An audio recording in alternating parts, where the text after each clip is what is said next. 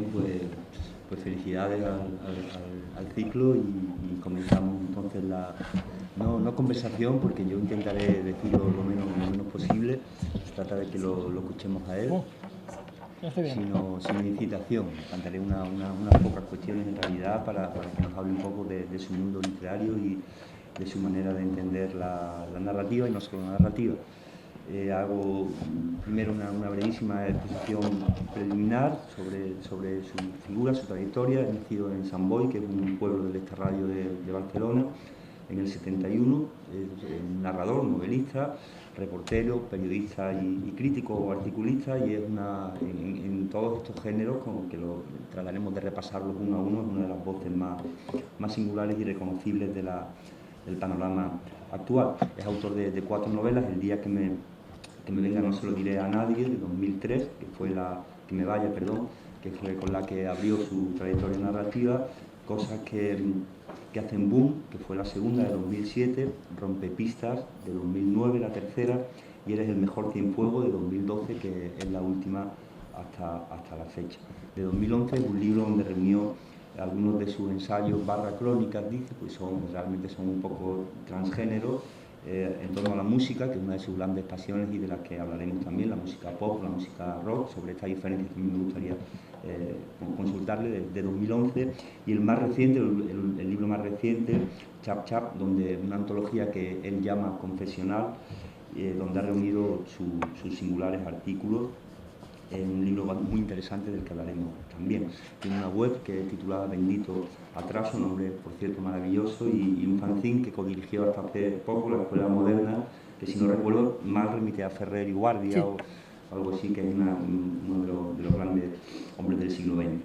Y bueno, tiene también un título en catalán del que informa su web, El hombre intranquilo, no lo diré en catalán porque no sé pronunciarlo, y que hasta donde se entiende, porque ese no tiene traducción, ¿verdad, no, Kiko?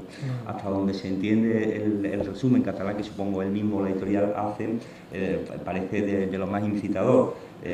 Dice que recopila peleas con su mujer y otras neurosis privadas, públicas, antisociales, por lo cual nos quedan muchas ganas de leerlo verdaderamente. No creo que mi mujer acepte la reedición ni traducción del asunto, con lo cual creo que se quedará en el idioma, en el vernacular. ¿En Cádiz todo el mundo tiene el cuello muy largo? Es que esto está muy lejos de mí. O son los catalanes que tenemos el cuello corto, somos cuellicortos. Está como muy alejado, ¿no? Bueno, también me puedo poner de pie. O reclinado encima. Ahora veré, depende, por favor.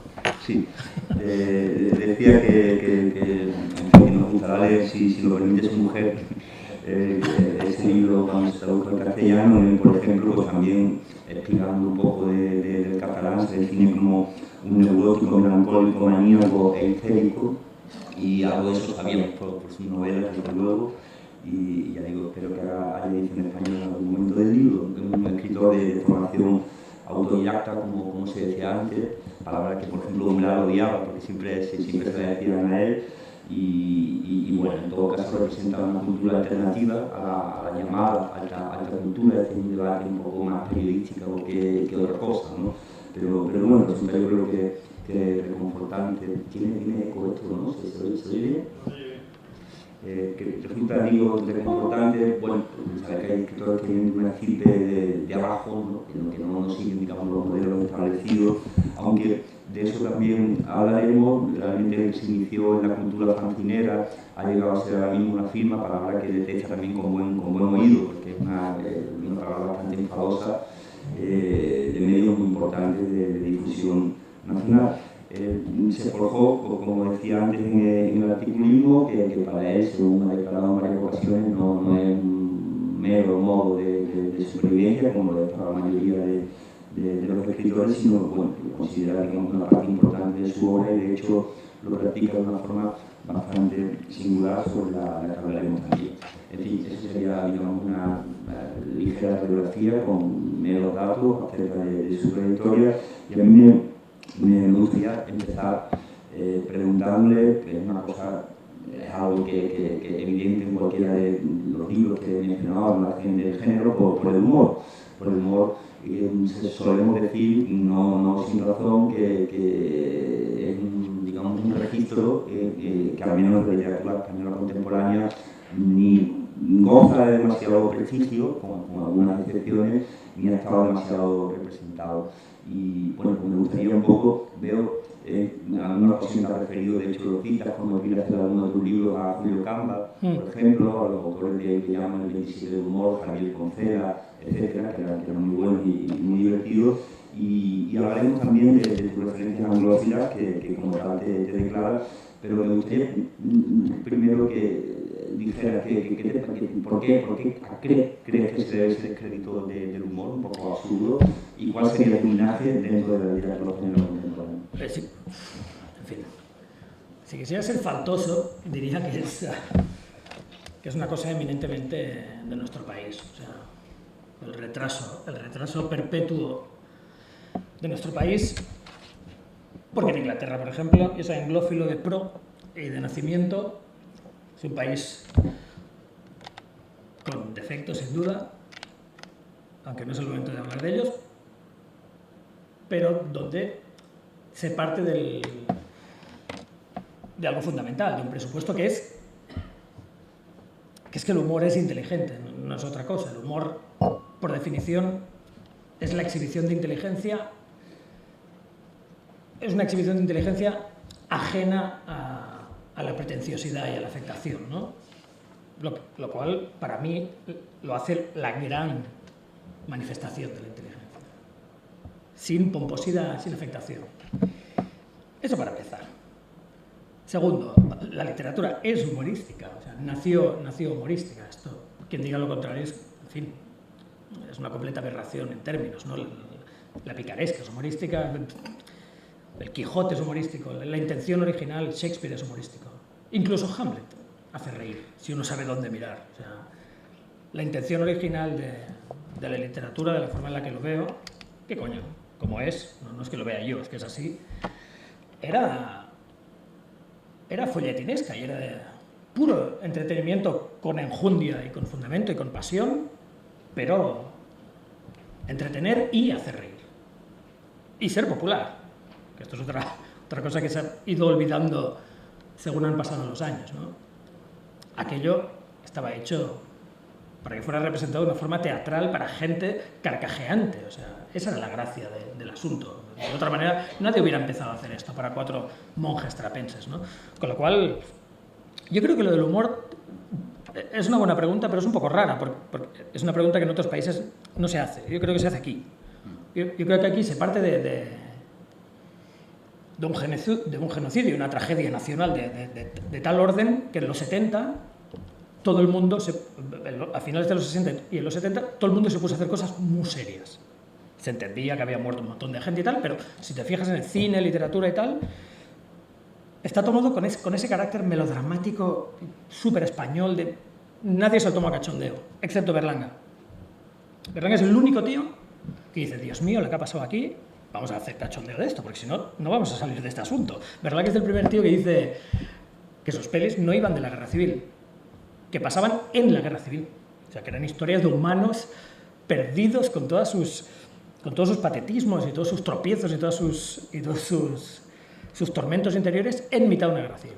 Que para mí, desde luego, es la perspectiva interesante de cara a la condición humana, ¿no? Pero yo creo que tiene que ser algo 70s claramente español, ¿no? Esas pelis que nadie ha vuelto a ver, de Querejeta, toda esa gran tragedia y todos los escritores que se pusieron plumbeos. Y a partir de allí se fomenta la idea de que la literatura ya es una cosa de... Hay una idea muy equivocada sobre el concepto de serio. Serio no es lo contrario de divertido. O sea, serio lo que es...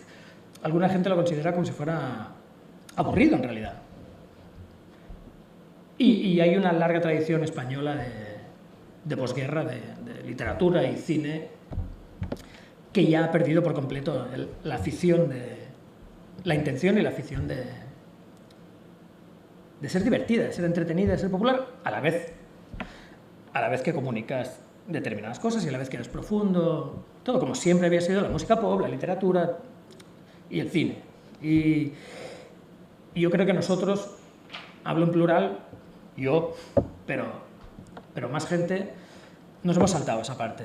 Nos hemos saltado la posmodernidad, nos hemos saltado los modernistas, nos hemos saltado el ladrillo.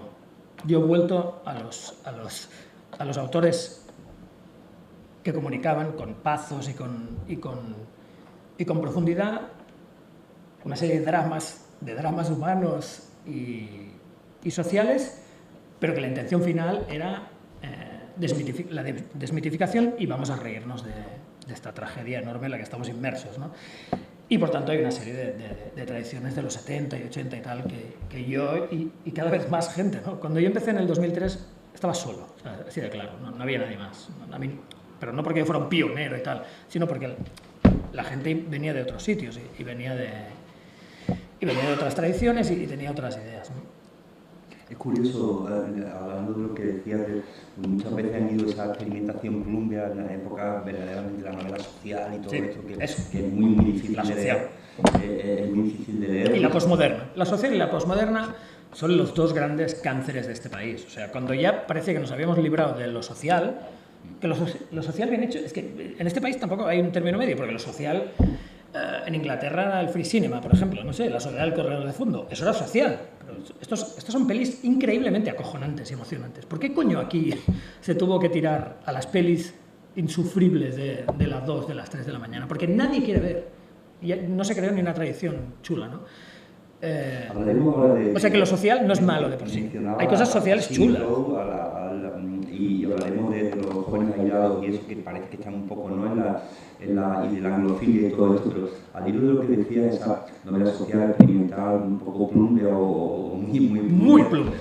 Es curioso que entre siendo el humor, bueno, es una manifestación de irreverencia y en principio más afín a la mentalidad transgresora, citaba yo a Camba, pero bueno, Jardiel o Miura o Venceslao o lo que llaman el 27 de humor eran todos grandes conservadores. Sí, para mí es una paradoja, pero es una paradoja que he aprendido a aceptar y que me parece muy guay también y que creo que nos ha humanizado a todos, que para mí y gente como Antonio Baños, un independentista de extrema izquierda de la CUP, nuestros autores favoritos son señores de clase media de tendencias conservadoras. ¿Por qué? Porque en aquel momento eran los que eran ácidos y sardónicos y procaces y soeces y para mí esa es la generación del 27. A mí, Ramón J. Sender y Alberti y toda esta gente no significan nada para mí, nada, cero. Pero Jardiel y Camba... Son libertarios porque, por ejemplo, Camba fue anarquista en su juventud. Sí, pero yo sospecho que eran más anarquistas por el cachondeo. Pero incluso así, me parece una razón enjundiosa y suficientemente humana, especialmente si tienes 19 años, para meterte en la tradición libertaria, que es el nudismo y el fornicio. Joder, es que era uno de los pilares del anarquismo, era ir en pelotas en la montaña y fornicar. El vegetarianismo todavía no había aparecido, si no yo creo que Camba y toda esta peña no se hubiera apuntado, ¿no? Pero todavía les gustaban las barbacoas.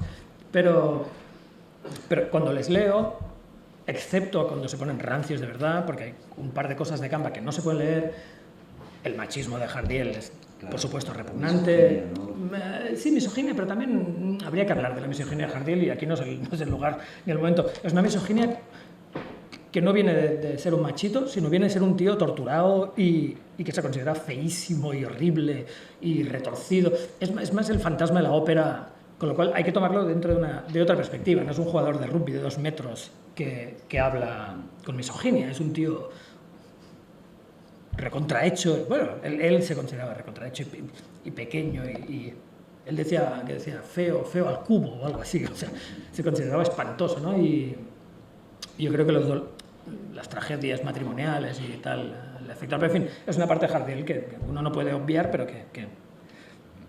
que para mí no es crucial. Para mí la crucial es el desacato, es el libertinaje y la lujuria en mitad de la España franquista, es el hecho de que nadie le hiciera de los suyos. Los de izquierda, evidentemente, le odiaban, pero para los de las derechas también era anglófilo, hablaba idiomas, tenía novias, era un pavo que no encajaba. Y para mí eso hace a Jardiel un tío súper atractivo. O sea, era claramente un ejército de uno, como diría Bukowski, un tío solo con una dirección clara y lo que quería hacer, odiado por bastantes, pasaba mucho tiempo en bares, cosa que personalmente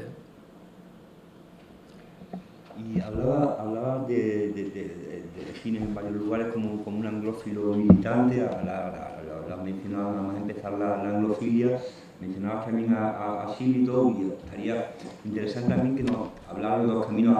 Hace poco se ha publicado un libro de un escritor joven, muy conservador pero muy brillante, no sé si lo conoces, se llama Ignacio Peiró, que está ligado a medios muy conservadores y bueno, de hecho está en política, forma parte del gabinete de la vicepresidenta del gobierno, pero es un tío muy brillante y escribe muy bien. Un diccionario sentimental de la anglofilia o algo así, que yo recuerdo que lo reseñé y acaba diciendo que bueno, que hay, digamos, una parte que no aparece ahí, o sea, lo más reciente que aparece es Lady Di, y lo más popular que aparece en la princesa del pueblo. Claro, evidentemente ahí en el London Calling o nada parecido no aparece ahí, ¿no? O sea, que quedaba muy fuera del marco. Es un libro muy divertido y vamos, yo recomiendo su lectura. Son 1000 páginas, está escrito con gracia y es una erudición muy ligera, pero es una anglofilia, digamos, muy convencional. Entonces, creo que sería interesante que, digamos, marcaras un poco las pautas de la tuya. Han traducido hace poco, yo no los había leído porque me cuesta mucho leer en inglés, pero el que mencionabas no habla sobre el correo de fondo, sino Sábados por la noche, Domingo por la mañana, que fue la primera novela suya, que la tradujo además Lucky Jean, que es maravillosa, sí. A mi preferida, de Kingsley y Amis.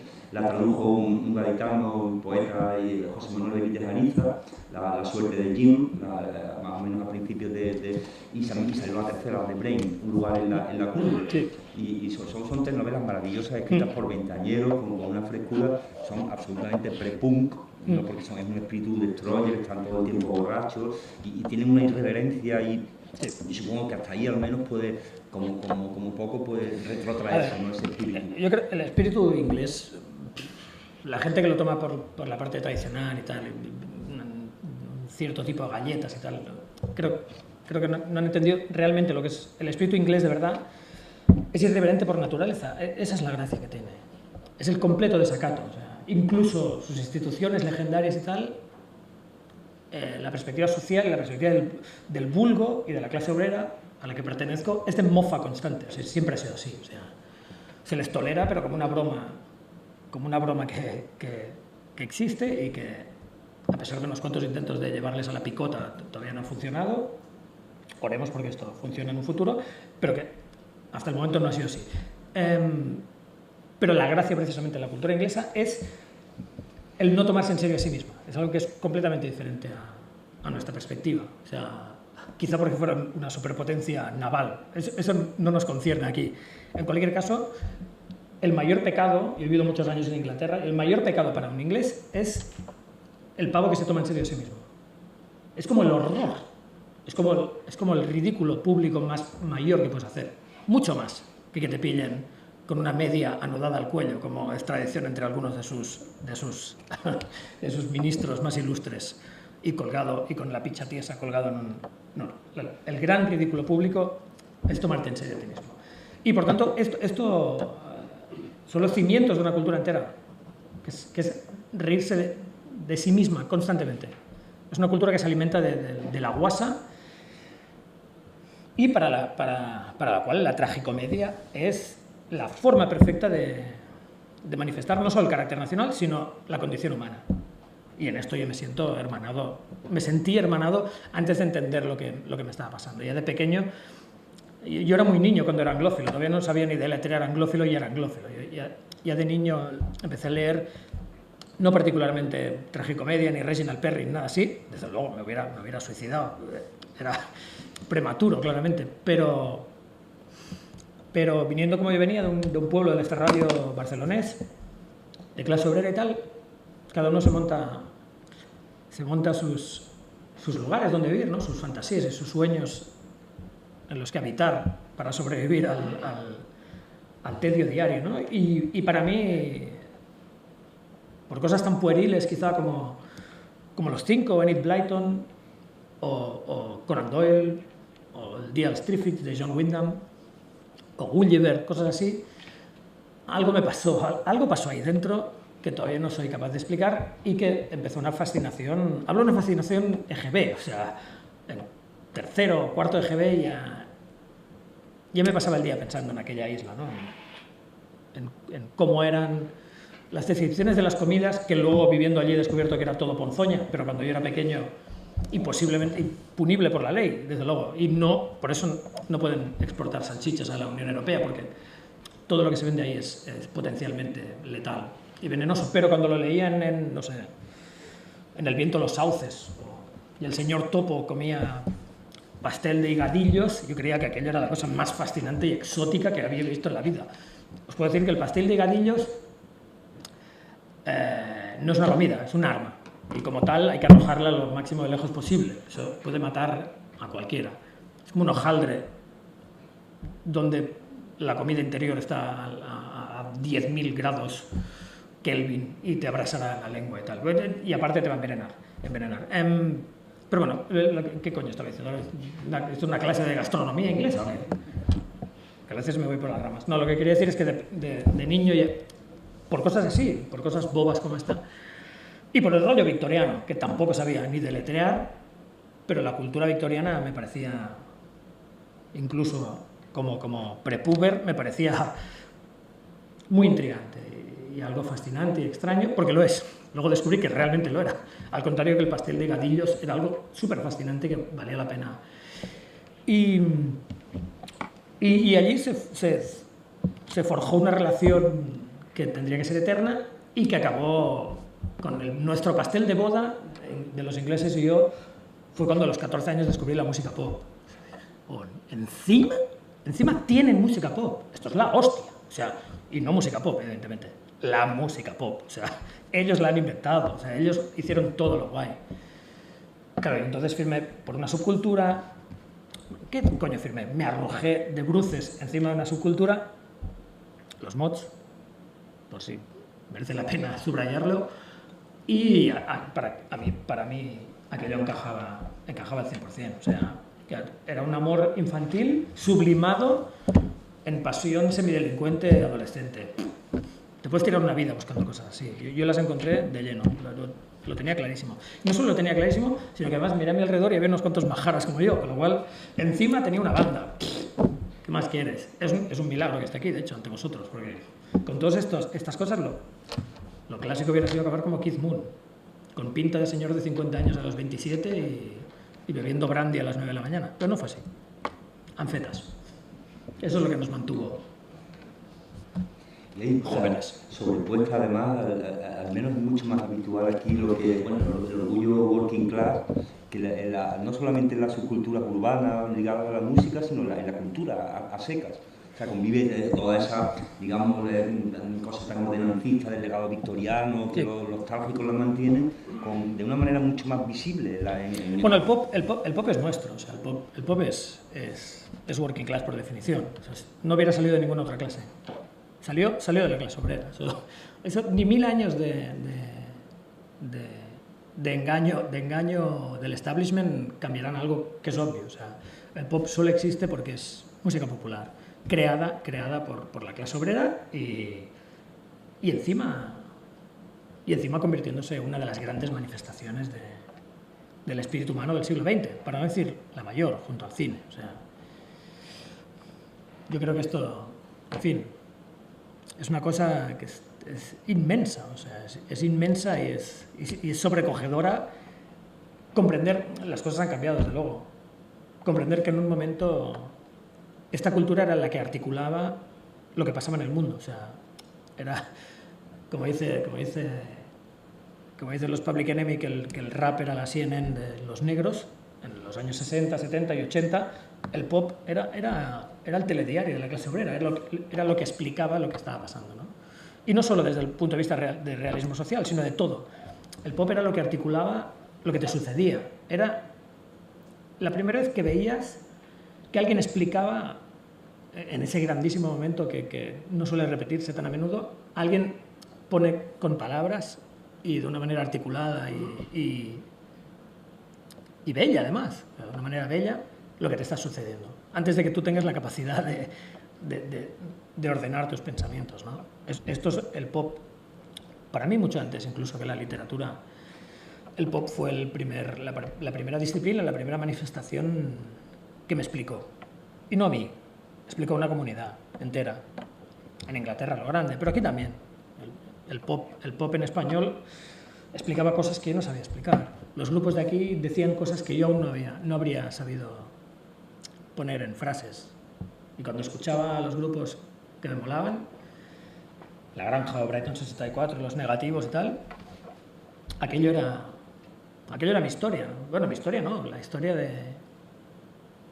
Bueno, una historia juvenil de rebeldía, pero también de melancolía, gente precoz a la hora de... Si algo une a todos estos grupos también es una precocidad a la hora de hablar de la pérdida o del desengaño, o del desencanto. Y que tú te topabas con eso de bruces a los 14. Esto es la mejor universidad que uno puede tener, en fin. Esto explica todo lo que haces luego.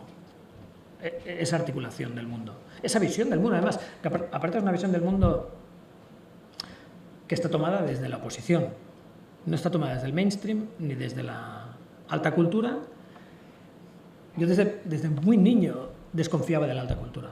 Y del mainstream, y del establishment, y de todo. Pero porque todos esos grupos y libros me lo explicaron, ¿no? Me explicaron cuando aún no tenía capacidad para articularlo, ya sabía que vivíamos inmersos en una determinada mentira que con el tiempo aprendí a moldear y a entender, ¿no? Pero mis primeros pasos, ¡guau! ¿Cómo de suertudo se puede ser? Tus primeros pasos en cultura ya son de este tipo, son oposicionales y están orinando encima de la cultura mayoritaria, ¿no? Eso no quiere decir que todo lo que sea mayoritario sea malo, todo lo contrario, pero te enseña a vivir en un estado bélico de perpetuo juicio a lo que te dicen que es correcto o que es lo que procede, ¿no? Y yo siempre viví así, ¿no? Me parece lo completamente natural. Una cosa aquí que quizá no es totalmente menor, pero que me llama la atención porque los amigos así muy puristas o que están muy ligados, ¿no? Como puede ser tu caso a la cultura rock and roll y eso, ellos son muy incisivos a la hora precisan mucho la diferencia entre pop y rock, y en cambio yo creo que tú lo usas prácticamente como sinónimo, no tienes esa... Yo creo que alguien que utilice las palabras pop y rock juntas o tiene más de 60 años o mentalmente los tiene, desde luego. Yo nunca he oído a nadie utilizar esta... Yo creo que quizá porque crecimos en subcultura y tal, y como éramos tan... ¿Cómo decirlo? Hijos de puta, quizá. Hijos de puta en el rollo... establecer sellos y cosas y... Yo creo que en el caso subcultural, especialmente adolescente, Dios, como dice el espantoso cliché, está en el detalle. Y cuando creces en una subcultura que en realidad, a todos los efectos, es una sociedad secreta, aprendes muy rápido a utilizar tus códigos, ¿no? Para definir tus discos y las canciones que te gustan. Yo creo que las palabras pop y rock y tal son como de suplemento dominical, ¿no? Son cosas que utiliza más gente que no ha vivido desde que era un niño rodeado de música pop. Si no, casi ni utilizas te pasas tan rápido a las subdefiniciones que nunca... Yo he empezado a utilizar la palabra pop en plan genérico, pero claro, para mí, al igual que para Bob Stanley, por ejemplo, o escritores ingleses que me molan, pop quiere decir todo. O sea, pop es popular. Pop es... Lo comprende todo, ¿no? Sí, sí, pop es Kanye West, sí, pop es Kanye West y pop es Louis y pop es Katy Perry, desde luego, o sea, y pop son los Flintstones y pop es básicamente todo lo que me gusta. Me refería, digo, o sea, que digamos que usar esa como término global, cuando hay muchos amigos rockeros son muy renuentes a la palabra pop. Sí, yo nunca he sido rockero, la verdad, no. Me gusta el rock and roll y tal, pero la idea rock, de autenticidad y tal, esto no me parece... ¿Te referías me parece humorístico, de hecho, pero no me parece... Todos los códigos de autenticidad del rock son medio falsos. ¿Qué coño? Son falsos. O sea, la autenticidad no existe como tal. O sea, y cuando ves a los rockeros poniéndose en contra del sampleo y tal, cuando en realidad todos los grupos de los 60 y 70 lo que hicieron fue fusilar a músicos negros, cosa que me parece bien, pero considerar que el Whole Lotta Love de Led Zeppelin es un dechado de originalidad me parece una bobada, cuando en realidad es una versión de una canción de un señor negro, de la misma manera que un rapper sacando un trozo de una canción de rock Es la constante reutilización que existe en el pop y que es lo que la mantiene viva, de hecho, es una cosa chula. Y bueno, hablabas antes de la cultura mainstream y todo esto, hombre, y tu propio itinerario ejemplifica muy claramente que se puede provenir de la cultura fancinera a la que yo me refería antes, y ahora mismo en colaboraciones en Valeria, en Cultural de la Vanguardia, en Jordan, que quizás sea uno de los medios más ahora mismo, más en boga, más de moda, en Rock Deluxe, que es como la revista, la Biblia, ¿no? Y cómo ha sido ese camino. No lo sé, a veces tengo la sensación de que soy un poco el bufón medio loco que se defeca en los rincones y tal, y que los nobles tienen, y que le aceptan más o menos para... Pero sí que escribo en todos estos sitios que mencionas, en algunos más, y el camino fue azaroso, que va, el camino fue muy fácil. El camino fue... Yo empecé... No lo sé, es que no sé si hay un camino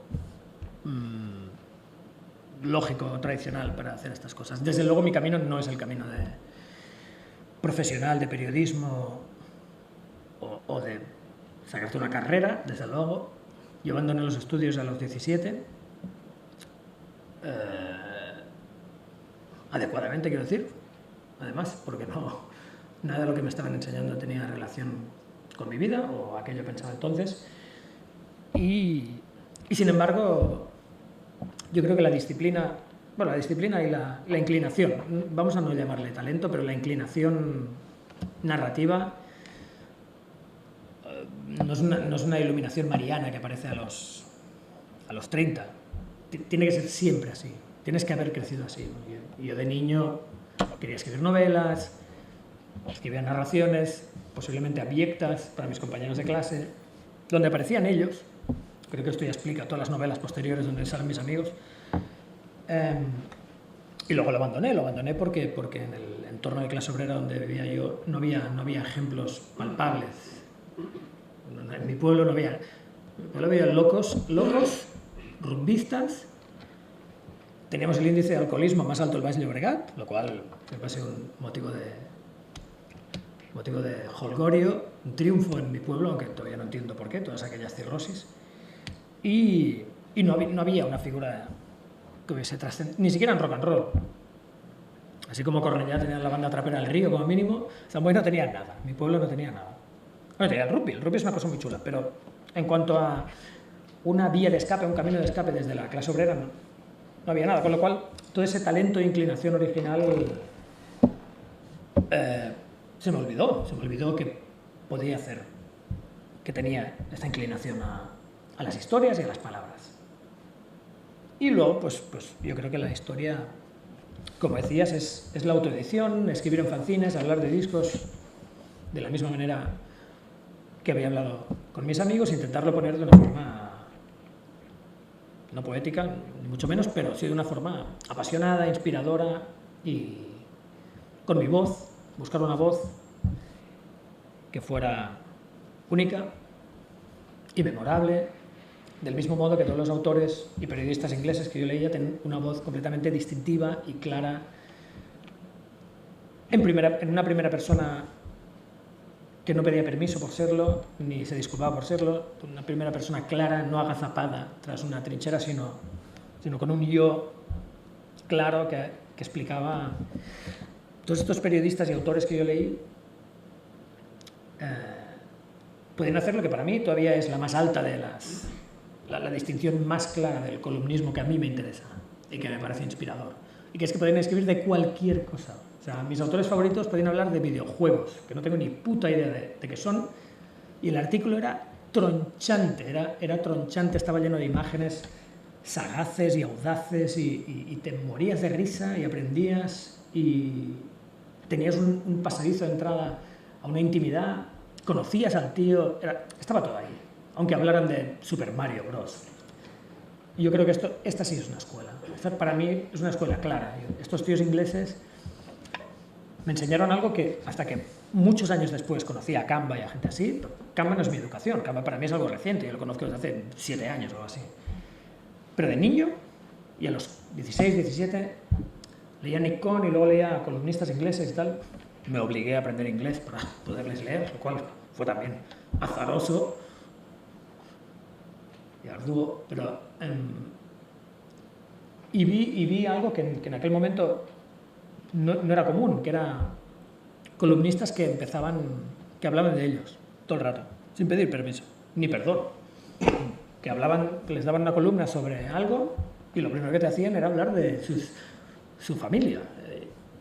Bueno, en fin, yo vi una hermandad inmediata en aquello, claramente. Yo también venía de leer a John Fante, a gente que había basado toda su obra en hablar de ellos mismos, toda su obra. O sea, John Fante no habló de nada más, habló de su bagaje italoamericano, de su padre, de sus hijos y de sus amigos, no, nada más. No hizo la menor exploración fuera de... Y a mí aquello me parecía la gran chulada, o sea, me parecía lo máximo, especialmente escribiendo como escribía John Fante, ¿no? Antes decía lo de era pionero, ¿no? Que es un término un poco periodístico, que era un poco de apuro utilizar, ¿no? Como todas las etiquetas, pero efectivamente fuiste bastante pionero en eso. O sea, en los años de la 2003 hemos dicho la primera novela, prácticamente este término un poco enfadoso, como todos los términos también de la autoficción, a la que tú mismo prácticamente no se estaba fuera de circulación. ¿Sabes qué pasa también? A veces la gente me pregunta por la voz y por el estilo de los artículos que publicaba y las novelas luego, como si estuvieran en oposición a algo, ¿no? Y eso para mí es alarmante, porque yo no sabía ni que había algo a lo que estar en oposición. Yo literalmente descubrí que existía una cosa llamada suplementos culturales cuando salí en uno. Yo cuando aparecí en el Babelia me di cuenta que había una cosa que se llamaba Babelia, ¿no? Nunca en la vida había leído un suplemento cultural y nadie de mis amigos se había acercado jamás, Dios mío, es que se me escapa la risa, al Babelia, desde luego. O sea, no venimos de esa cultura, no venimos de esa tradición ni de lejos. Con lo cual, muchas de las... Es como si esto traspasado al pop, es como si imaginaras que la música pop existió por oposición a la música clásica. No es así, o sea, en realidad es algo que pasó completamente ajeno, es una nueva tradición, desde luego. Los padres de Paul McCartney escuchaban music hall y lo que sea, y tal vez algo de ello permeó, pero en cuanto a la aparición del rock and roll y tal, es un germen nuevo, ¿no?, que aparece. Y yo creo que la voz y la forma en que desarrollas tu narrativa y la que quieres explicar tus historias no se parecen nada a la tradición anterior que existía antes de que yo empezara a escribir, pero yo no la conocía, no sabía que había antes de mí. Por tanto, para mí esto era lo natural. Utilicé mi voz natural. La voz era una voz semioral, o sea, creada en la oralidad. Para mí, una de las grandes influencias de lo que hago, desde luego, es la tragicomedia inglesa y el humor inglés y la novela inglesa de clase obrera y el humor americano también, pero una enorme parte es la oralidad. De hecho, yo aprendí a escribir mucho antes de escribir en papel. Aprendí a escribir hablando en bares. O sea, nunca hay que menospreciar el poder del aburrimiento en un pueblo del extrarradio industrial de Barcelona. O sea, el aburrimiento es tan letal que o te aturdes a narcóticos o empiezas a desarrollar una narrativa personal chispeante y que te mantenga en vida hasta que pasen los años más aciagos de tu vida, ¿no? Y esto luego lo hemos visto, me he visto en pelis americanas, ¿no?, donde de golpe veías a tíos, Clerks. Me acuerdo cuando salió Clerks, dije, joder, somos nosotros, o sea, pavos en empleos de mierda hablando de la estrella de la muerte durante 3 horas. Afilando una y otra vez el mismo chiste, mofándote del otro, buscando nuevas formas de socavar la dignidad de tu adversario y tal, en formas cada vez más imaginativas. Yo creo que el rap nació por las mismas razones casi, ¿no? Yo creo que toda esta oralidad, esta rapidez de lengua, al final mutó en una voz narrativa, vamos, pero que toda viene de la utilización de la oralidad, ¿no? A una hora al escribir digo cosas en voz alta, ¿no? Porque es cuando salen rápidas, ¿sabes? Sí, vamos, precisamente, o sea, también se puede tomar una frase hecha, pero cuando decía al comienzo que una voz reconocible no es una frase hecha, porque autoficción, por usar la palabra de antes, hace mucha gente que Vilamata, por ejemplo, pues no sé, vamos, a mí particularmente no me gusta nada la autoficción que hace Vilamata, porque es de un intelectualismo, o sea, ahí digamos que esto lo veo yo, ¿no? O sea, vamos, yo como lector diría que el discurso tuyo desprende autenticidad, en tanto que el otro, por decirlo vulgarmente, como diría un personaje tuyo, son pajas mentales, ¿no? Son pajas mentales, autenticidad no diría, porque desde que leía el Ruta 66 en los 80 tengo urticaria a la palabra auténtico, y casi siempre auténtico acaba siempre designando algo espantoso, pero claramente si uno utiliza el yo, tu yo tiene que ser expiatorio, o sea, tiene que partir de una cierta autocrucifixión jocosa y nada victimista, ni nada melodramática. No hay nada peor que el melodrama. En esto la cultura inglesa es... El melodrama es anatema, o sea, el lloriquear por chorradas, al revés. Lo que hace es, y que entroncó mágicamente con mi cultura, con la cultura de mi pueblo, era desmenuzar tu dolor. Era reírte en la cara de la tragedia. He ahí la cultura que me hizo a mí. Y que aún ahora considero algo poderoso. Y un arma que transmitir a mis hijos como si fuera un grial o algo así. Es la completa disolución del pesar. En lugar de regodearse en él y entrar en un bar diciendo estoy fatal, de un modo un poco grunge, era poner... Para empezar, crear historias, porque las historias, como dice Harry Crews, es que todos son historias. En mi pueblo todo eran historias. La historia del tío con la oreja retorcida, todo. La historia de cuando él se folló aquella encima del capó y le quedó el culo abollado y el coche lo veía. Todo eran historias que cambiaban cada día, cada vez que la explicaba uno. Había algo, pero la verdad era, para nosotros era irrelevante. Lo importante era la historia, es explicar la historia una y otra vez. O sea, y regodearnos en ella, Cuando veo gente que dice, tal, pero no sé qué hacéis, quedáis y os explicáis batallitas. Claro, ¿qué otra cosa puedes hacer? Quedar y explicar batallitas. Me parece la cosa más bonita y emocionante del mundo, explicar batallitas una y otra vez. Que te recuerdan quién eres, que te recuerdan quién sois, que te recuerdan quién sois en cuanto a comunidad, que te recuerdan de dónde saliste, que te recuerdan al pasado. Dios mío, no hay nada mejor que esto. Para mí parece como el atributo y la acción más elevada mientras te drogas y todo lo que quieras, toda la suciedad que quieras, pero aparte es algo hermoso, ¿no? Y elevado. Y bueno, todo esto venía a cuento porque a la hora de explicarlo y de partir de este yo tiene que ser claramente no victimista, no melodramático. Tienes que ser tu propio chivo expiatorio. Esto al principio de todo, cuando empecé a escribir, yo no lo entendía. Como dice Julio Camba, puse la cita en mi último libro de artículos, ¿no? Es perfectamente admisible regodearte en las cosas bellas que haces mientras arrojas una piedra al vecino huerto de hortalizas. Es decir, ser procaz y ser mordaz y meterte con otras disciplinas, otras formas de arte, es perfectamente lícito y de hecho es recomendable, pero uno tiene que partir que no parte de la verdad absoluta, y uno tiene que partir desde luego desde abajo. Un columnista especialmente, y sobre todo un narrador, tiene que partir desde abajo. Entonces el último gusano de la creación. O sea, tú como autor, un autor tiene que tener autoconocimiento, eso para empezar. O sea, es casi uno de mis únicos atributos, como dice mi mujer, de forma harto faltosa, diría yo. Mi mujer siempre dice que tengo 2 atributos, lo cual ya es un insulto. O sea, que alguien te diga eso, 2, solo 2. De hecho, la vez que me lo dijo, me dijo, tienes 3 atributos. Hubo una pequeña pausa dramática y dijo, bueno, no, 2. O sea, en 10 segundos había perdido un atributo ya, que no sé ni cuál era. ¿Sexual, tal vez? En todo caso, sí, mis dos atributos eran un atributo que no es, que era, te importa un bledo lo que piense la gente de ti, pero bueno, a los psico-killers que están en prisión también les importa un bledo y han matado a niños, con lo cual esto no es un atributo. Y el otro era el autoconocimiento, ¿no? Yo a veces en bares a veces en bares como si nunca hubiera entrado en ninguno, ¿no?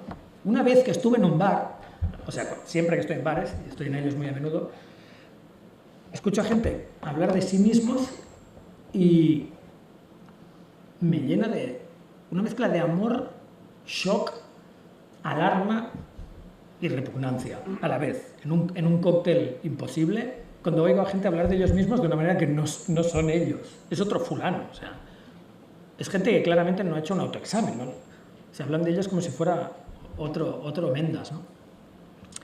Y yo creo que en todos los artículos que he escrito y tal, hay un proceso de exploración de quién es este pájaro, ¿no? O sea, y de ponerte, incluso si se crea un personaje, porque la creación de un personaje es perfectamente lícita. Yo estoy muy a favor de crear un personaje mientras no sea un personaje digital y mientras se parezca vagamente a ti. O sea, si mi personaje fuera un maciste de 2 metros, rugbista y con una picha inconmensurable, rubio, en fin, tu personaje tiene que partir un poco de lo que eres en realidad y, desde luego, tienes que regodearte en sus atributos más risibles. O sea, todo lo que hacemos es reírnos de nosotros mismos.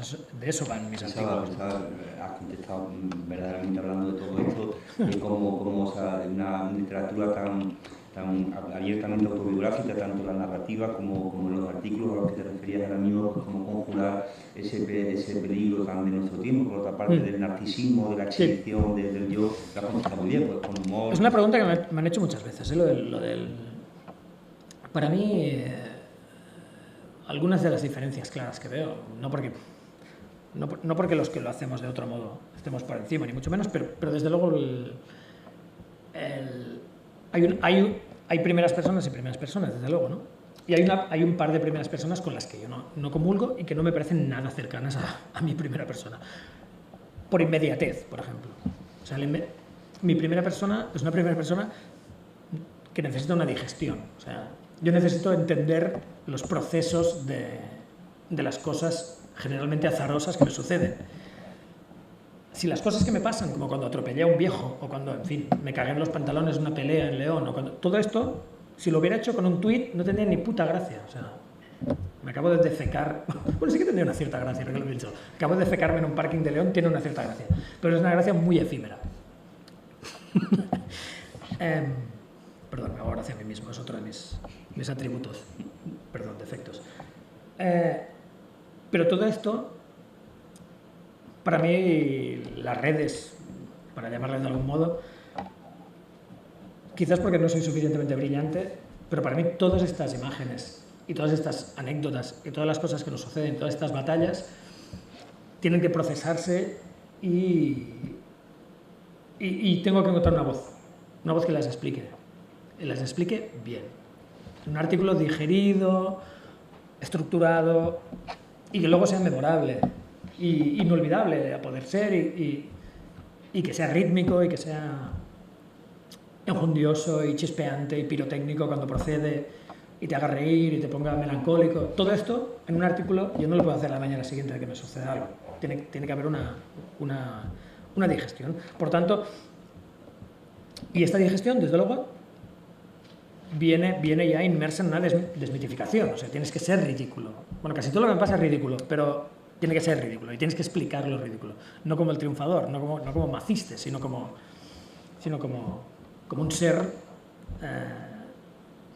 que tropieza y que se equivoca y que no es particularmente benigno y entender el tipo de pájaro que eres, ¿no? Yo para esto necesito un tiempo para encontrar esa voz, no sé. Y esta inmediatez, que en teoría tendría que ser tan flasheante y deslumbrante como en la música pop, no es nada así. Lo que sucede en las redes es todo lo contrario. Se convierte en algo muy efímero y absurdamente efímero, ¿no? Y a mí me interesan las cosas que son populares y que son pop, pero eternas. A mí me interesa el Louis Louis. Me interesa una chorrada de 3 letras, pero que nunca olvidas. Que se queda contigo para siempre. O sea, entra a formar parte de lo que eres. Y no pasa a través tuyo como una ventosidad, sino se convierte en algo crucial sobre lo que edificar algo, ¿no? Y yo creo que esta distinción es crucial. A veces se entiende mal, ¿no? Hay formas de expresión que parecen pop, pero en realidad son efímeras de un modo que a mí no me interesa. No me interesan las frases de Facebook, no me interesan los tweets. Me interesa el rock and roll, sí, pero yo creo que las similitudes entre ambos formatos están exageradas, no creo que sea así. Yo quiero expresar mi rock and roll, pero que no se olvide jamás. O sea, y también el rollo pop de la no quiero ser trascendental, no quiero ser recordado y tal, es una bobada. Yo he hecho todo lo que he hecho porque leí libros de los años 50. Yo quiero ser leído de aquí 50 años. Quien diga lo contrario, en fin, o sus procesos mentales son completamente distintos a los míos, o está afectando una falsa humildad, o no entiende que el rollo autodidacta de clase y el rollo autodidacta pop viene precisamente de agarrar del pasado, ¿no? Viene precisamente de aprender de tus mentores, viene precisamente de copiar y mientras copias aprender tu voz. Esto siempre ha sido así. Los Beatles no se levantaron de mañana y hicieron el Love Me Do. Bien. Es un largo proceso, es un larguísimo proceso de adaptación de cosas, ¿no? Y decíamos que las novelas, que te referías también a los artículos antes, las novelas tienen también un fuerte componente autobiográfico, pero en particular por una etapa de la vida, por la adolescencia, no el caso de la última que hemos mencionado, el mejor Cienfuegos, que está en torno a ya un cuarentón, ¿no? En crisis, etcétera, pero sí las anteriores, que parece que, bueno, pues esa etapa de iniciación, lo has dicho en parte antes también, ¿no? Desde el muchacho del suburbio, que tiene acceso a una cultura, una subcultura pero que se te ha quedado como muy dentro, ¿no? Sí. Esa etapa ya lejana. Yo no sé si vivo en una adolescencia dilatada, un poco como los Beats o algo así, pero no creo que sea así. No creo que esto venga de que me acabo dedicando a la narrativa, a inventar historias y tal, pero sí con un contacto directo con mi adolescencia. No sé, quizá gente a quien les han pasado cosas espantosas o han tenido que tirar adelante una familia de 8 cuando tenían 19 años, cortó con su adolescencia e infancia, ¿no? Porque la presión del mundo era para que se convirtieran en adultos, ¿no? Pero en mi caso no fue así, ¿no? En mi caso yo estoy íntimamente conectado a mi adolescencia. Para mí, yo lo recuerdo como si fuera ayer, pese a los surcos de mi cara. Lo recuerdo como si hubiera pasado. En 1987 es ayer mismo, para mí. O sea, recuerdo todo. Y aparte que creo que, para mí, y sale en todas mis novelas, es la parte crucial de la existencia, ¿no? La infancia, desde luego. No sé quién dijo que si escribías y tal, que no te preocuparas de lo que te pasaría a partir de los 21, porque todo, de lo que vas a escribir es todo pre-21, es todo lo que te pasaba antes, ¿no? Y es un poco así, creo yo. Creo que es la parte de la infancia y sobre todo la parte... Ahí todavía me conmueve y me inspira la parte, como en Rompepistas, mi tercera novela, en que eres un niño pero estás empezando a actuar, bueno, o a efectuar procesos o dinámicas de adulto, no, pero de joven, ¿no? Tomas colacao por la mañana, pero te metes anfetas a las 7 de la tarde, o sea, eres un niño envuelto en vorágines con intención adulta, ¿no? Para mí esta es una de las partes cruciales de la existencia, ¿no? Y es la que tiene más tintes de épica y de mito. Yo debo decir que a mí me interesa, por los autores que he leído y por mi bagaje y lecturas, me interesa mucho más el mito que la realidad. Todos mis autores, incluso los que decían que hacían realismo social y tal, hay un componente ineludible y muy potente de mito. Richard Price en The Wanderers no habla de pandillas. Según cómo lo define él, y lo define perfecto, habla como hablarían los miembros de esas pandillas a los 40 años en un bar, 20 años después de los hechos, emborrachándose y hablando de sus batallitas. Esa es la voz que me interesa a mí. No tanto la voz realista, me interesa la voz tintada y completamente impregnada de mito. No tanto de épica, sino de mito. La batallita. Pero con todo, la batallita está mal entendida. La batallita no tiene que dejarte en un buen lugar, particularmente. Tiene que ser una buena historia. sin esa historia te defecas en los pantalones, y es la segunda vez que lo digo en esta conferencia, así sea, pero esa historia tiene que ser memorable, ¿no? Y este es el tipo de novelas que se centran en la adolescencia que me interesan, ¿no? Las que hablan un poco con ese tinte de épica, ¿no? Oíamos en la proyección que se ha puesto al principio, se escuchaba a Isaac Rosa, ¿no? Que sí representa un poco, preguntándose por qué es el realismo y todo esto, el que pasa por ser un autor que asume, vamos, de hecho, la etiqueta social en la base de tus novelas, que hay rabia, ¿no? Hay esa rebeldía, pero en cambio no hay un discurso ideológico expreso. Yo creo que sí lo hay, de la misma forma que lo había en los Jam y no en los Clash. A mí me horroriza el panfleto, o sea, a mí me gusta la política visceral, o sea, la política que está escrita de una forma natural y no que existe como un pasquín, con un pasquín de clichés de lucha social requemados por el sobreuso después de 2 siglos, ¿no? Y por la misma razón me interesa una rabia mucho más orgánica y mucho más natural, y una rabia mucho más de bar y mucho más oral que una rabia estructurada con viejos códigos marxistas, aunque lo que haga o no pueda enmarcarse en una perspectiva marxista del mundo, pero lo que no quiero es una retórica de revolución y cambio social, porque me parece un espanto, me parece un cliché, me parece increíblemente aburrido. Y aparte, toda esta gente rápidamente ya deja ir el mito, el humor, todo lo que me interesa, para concentrarse solo en la chapa, vamos a decirlo claro, en la chapa. Todas estas conversaciones sobre el realismo social, política, en el pop y tal, es para salir huyendo. Los personajes de Silito lo tienen igual de claro. Es para salir huyendo. Personajes de Silito, evidentemente que están llenos de rabia y son anti-establishment, pero la forma en que lo articulan no es una forma... Ellos odian a los agentes sociales tanto como odian a su jefe. Es un odio, una rabia que quien haya nacido en un barrio de clase obrera sabe que no hace falta ni explicarlo, sabe cuál es. Es una guerra perpetua. Silito lo definía así, es una guerra perpetua y es una rabia heredada. No sabes ni qué es, pero desde luego sabes que no puede particularmente articularse. A veces no puede articularse en un marco sindical siquiera. Es otro tipo de rabia, es una rabia pandillera, es una rabia subcultural.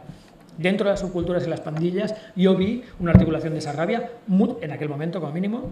Ahora ha cambiado, ahora veo articulaciones así dentro de manifestaciones políticas casi mainstream, como la CUP catalana, pero en los 80 o cuando yo era un niño esto no funcionaba así, ¿no? Y esa rabia orgánica e innata solo la veía en la subcultura, en el rock and roll o en el punk y tal. Ahí veía una rabia perfectamente articulada, bellísima además, cero artificiosa, cero afectada, muy natural y a veces increíblemente elocuente, o sea, y precoz, muy precoz. Gente que decía cosas que tú no habrías acertado a decir ni en 10 años más, ¿no? Para mí esto me parece mucho más interesante que un discurso afectadamente o anquilosadamente político, ¿no? Yo creo que, no sé, quien conozca el pop, Down in the Tube Station at Midnight, habla más de los devenires y las cuitas de la clase obrera que no sé, el hate and war de los Clash o algo así, que en realidad son 4 clichés de línea del frente robados de los anarquistas de los años 30, ¿no? Y ahí me chiflan los Clash, no ese es el tema. El tema es que hay una forma natural y no afectada de decir las cosas y una forma afectada y un poco falsa de decirlas. Yo opto por la primera, desde luego. Yo con esto acabaría por dejar unos minutos en los Salvador, por si alguien quiere. Pero bueno, es una cuestión de curiosidad, no tiene que ver con la literatura, con una cabeza lúcida como la tuya. Acabas de mencionar a la CUP y has mencionado un par de veces a Baños. Sí, estoy haciendo propaganda política. Del resto de España, la gente que provenimos, digamos, también de alguna manera o de otra de las familias de la izquierda, vemos con cierta o con gran perplejidad todo lo que está pasando allí.